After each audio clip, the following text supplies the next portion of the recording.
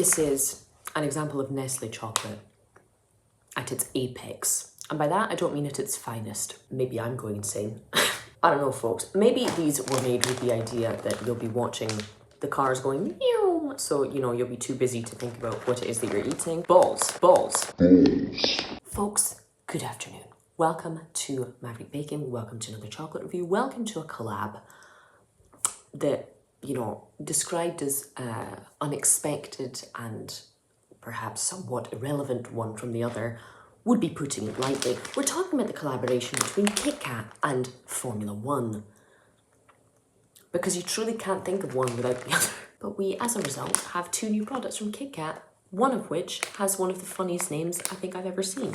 So today we're going to be talking about tasting and letting you know whether it's going to be worth your money. The KitKat cars, I guess. The KitKat racing cars. And the KitKat Ball. Not even the KitKat balls. The KitKat little balls. Not even the KitKat wheels. You know, they could have made it relevant in literally any other way. No, KitKat Ball with milk chocolate. Let's get into it. From these little cars, these little KitKat racing cars, we can expect milk chocolate with a cocoa feeling, with crunchy cereal, powdered biscuits, and wafer crumbs. A whopping 0.8% wafer crumbs, folks. Get your teeth ready. The main ingredients are sugar and vegetable oil. Sadly, no one is surprised.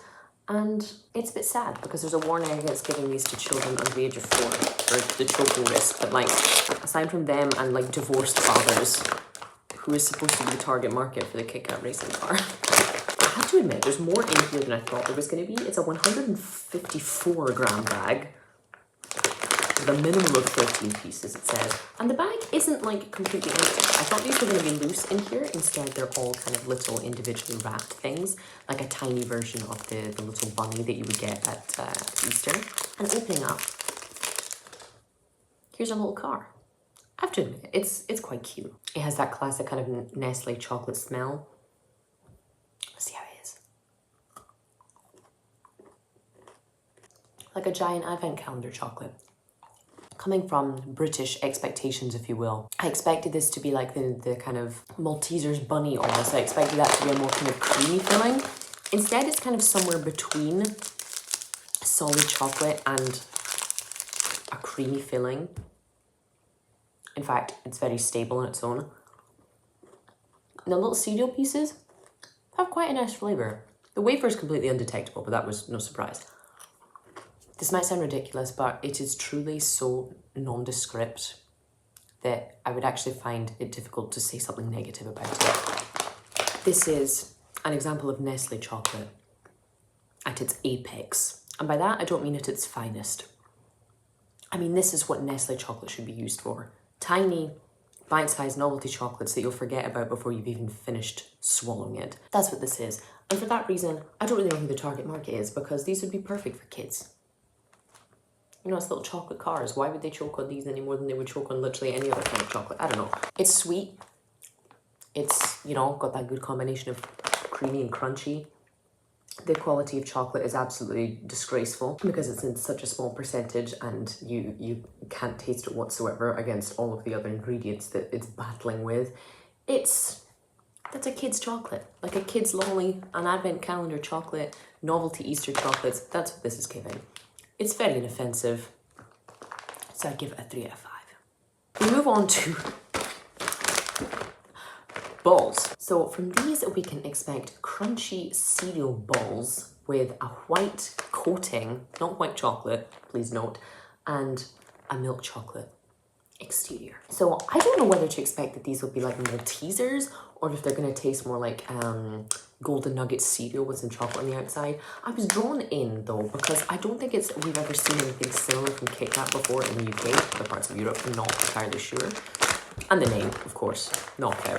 Terrible.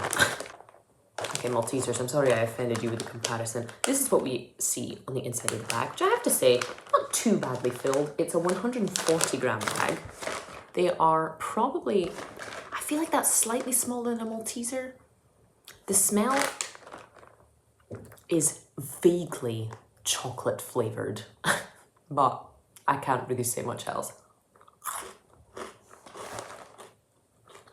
This is probably even more nondescript than the last one.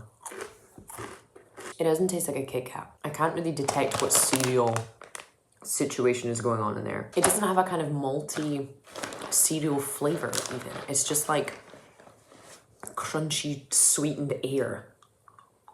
A Malteser, for example, sorry to keep comparing these to Mars products, but a Malteser tastes like malt syrup, like that malted milk flavor. This tastes of nada. The chocolate, completely gone. The white part, irrelevant. Probably just put there because it costs less to use than the actual milk chocolate coating. It's not particularly creamy or vanilla-y. You know, the crunch is good. Everything else is about as enjoyable as swallowing a tablet. In the sense that there is just, there's no joy there. There's no flavor. There's no connection. There's just, it's just there. This feels like something you would add purely as a decorative thing on top of a cake. Again, offensive, no, because there's nothing particularly negative about it. There's just nothing about it.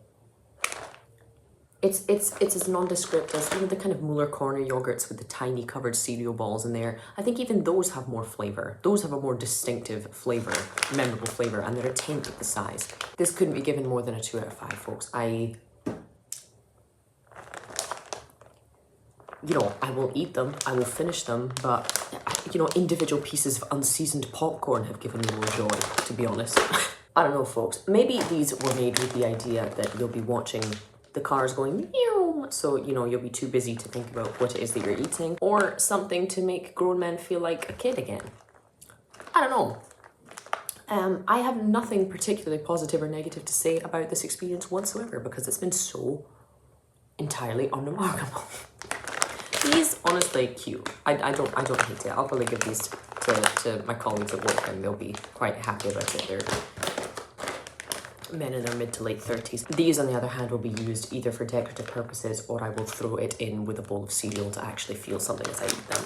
Do let me know if you guys have tasted these. Let me know your thoughts in the comments if you have, or if you've seen them and aren't sure whether to pick them up or not. Otherwise, I'm afraid that is all I have time for, guys. Thank you so much as always for watching, and I will see you for the next one.